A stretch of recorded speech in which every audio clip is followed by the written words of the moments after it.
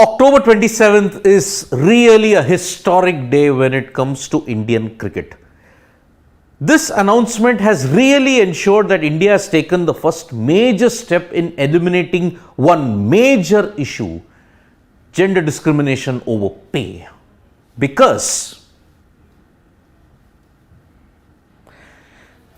what has happened is that Jai Shah, the BCCI secretary, has tweeted a very, very important update when it comes to women's cricket in the country. Basically, what he has said is, in two simple tweets, he has said, I am pleased to announce BCCI's first step towards tackling discrimination. We are implementing pay equity policy for our contracted BCCI women cricketers. The match fee for both men and women cricketers will be same as we move to a new era of gender equality. The BCCI women cricketers will be paid the same match fee as their male counterparts. Test, ODI, T20I, the numbers are mentioned here. Pay equity was my commitment to our women's cricketers, and I thank the Apex Council for their support.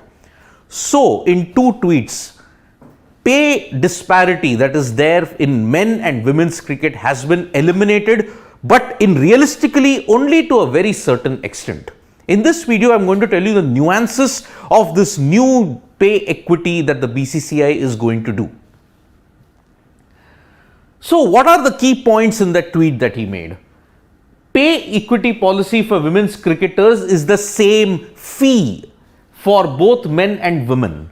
It is not related to the annual central contracts or the retainer contracts. It's just match fee. Rupees 15 lakh for the tests that they will play, rupees 6 lakh for ODIs, and rupees 3 lakh for T20Is. That is what the men earn. Starting from now on, even the women are going to earn the same thing. How much were the women earning prior to this move? Well, earlier, whenever the India women's team played a test match, they were earning 4 lakhs. So it is almost a four-fold increase. And when it came to a T20I and an ODI, it was 1 lakh. Flat 1 lakh rate for both ODIs and T20Is. So, 6-fold increase in ODIs and triple the price when it comes to T20Is. So, the rise has been really exponential. This pay equity has been with regards to the match fee only, because there has been no such upgrade on the central contracts. If you compare the men and women's central contract, the discrepancy is still there. It is not as if it's gone away in one stroke. No. For the men, grade A plus is there, which is rupees 7 crore. Virat Kohli is there in that list along with Jasprit Bumrah. Grade A is rupees 5 crore. Grade B is rupees 3 crore. And grade C is rupees 1 crore. These are all for the men. But if you look at the women, massive gap still exists. There is no grade A plus. Grade A is rupees 50 lakhs, which is 14 times less than what the men earn. Grade B is rupees 30 lakhs. Grade C is rupees 10 lakhs. So basically, one match that you play, one test match that you play, which is 15 lakhs, is more than grade C of the women's cricketers. No women cricketer is in the crore bracket when it comes to cricket in India, and that is a very sad reality which the BCCI hopefully will address in the near future. But even to get to grade A involved massive amounts of fighting, massive amounts of patience for the women's cricketers in India. Because if you have to look at it, the Women's Cricket Association of India was formed in 1973 and they registered their first test win around the 70s in that period. But they only came into the ambit of the BCCI only in 2006. That too after an ICC ruling. The struggle only mounted from that point in time. They only came into a central contract system only in the last couple of years when Anurag Thakur was at the helm of the BCCI. At that time, India's women's cricketers were given a central contract system. So, in a space of 40 plus years, India's women's cricketers have had to undergo a lot of challenges in order to get recognized. That challenge still remains in the central contracts. But when it comes to playing a match, they get on par with the men cricketers. This is on account of the last 5 years. 2017 World Cup final, 2020 T20 World Cup final, Commonwealth Games silver medalist. Everything has come up to build Indian cricket to a crescendo where they are taking it very, very seriously at this point in time. What was the major thing in getting the contract system upgraded when it came for the women cricketers? Until 2018, only two grades existed. That was grade A and grade B. But even then, look at grade A and grade B where they were earning. Grade A earned rupees 15 lakh and grade B was 10 lakhs. There was no A plus also. In 2018, grade A was upgraded with rupees 50 lakhs, grade B became rupees 30 lakhs and grade C was of 10 lakhs. So essentially, if you have to look at it, the main recognition that women's cricketers got was from 2018 after their World Cup final performance against England. But this pay equal system that the BCCI has proposed is actually hiding a slightly bigger picture.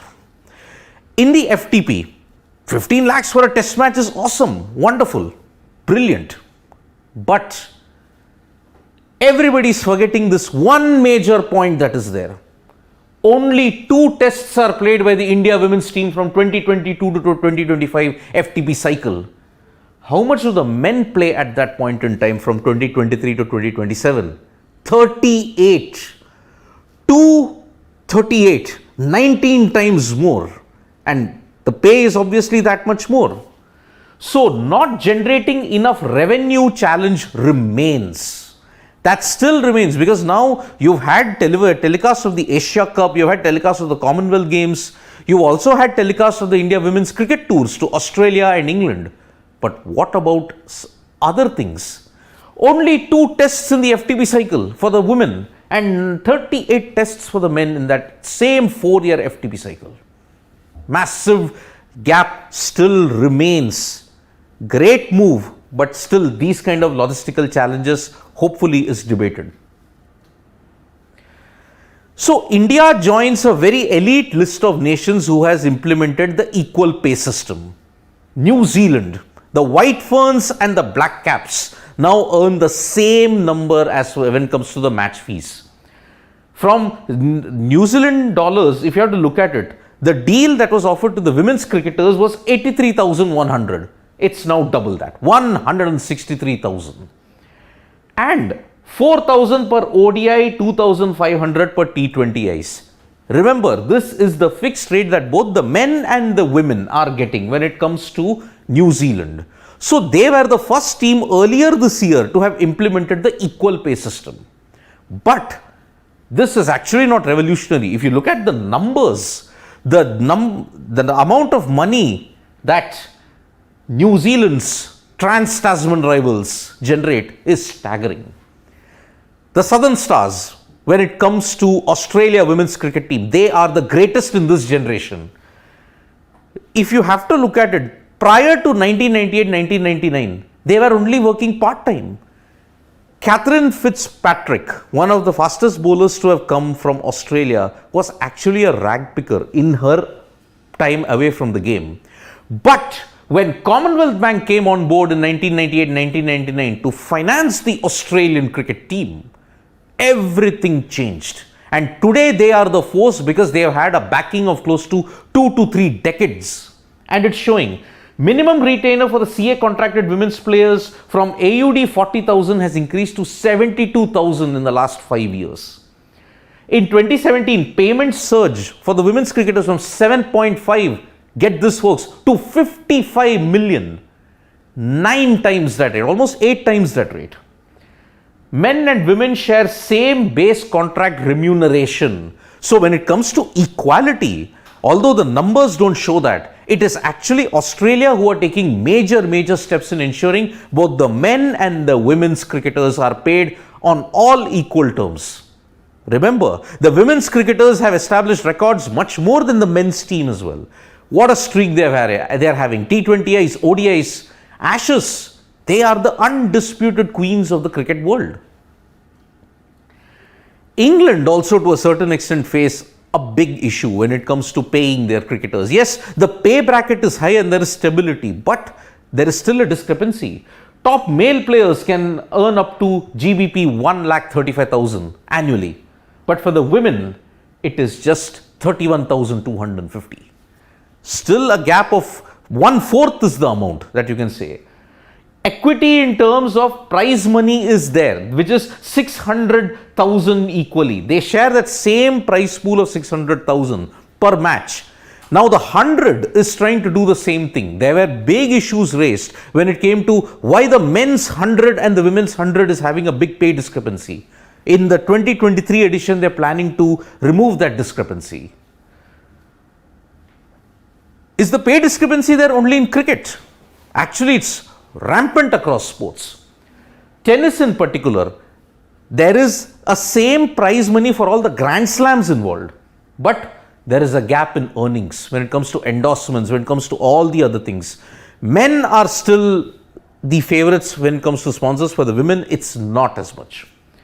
Football, be it the men and the women, there is a massive pay discrepancy when it comes to leagues. When it comes to international football, the gap is so huge that numbers might not quantify. Although in the US, there was once a movement that was started because the US women's football team is very, very popular and they have been making big efforts in ensuring that the pay bracket is very, very similar. So in a way, a very, very historic development when it comes to the BCCI, that finally women's cricketers will be paid the same match fee as the men's cricketers. But the catch is, nothing has been done on the central contract system. On top of that, the number of tests that the women's cricketers will play will just be 2 as compared to 38 for the men from 2023 to 2027. Women's cricketers unfortunately play less tests. They only play about 1 or 2 in a year. So that is one major issue that the ICC and other stakeholders will have to ensure that it is sorted out. So thank you so much folks for joining us for this live. We'll be back with more updates on Sports Today. Press the like, comment and share button. We are also there on Facebook, Twitter and Instagram folks. Bye-bye.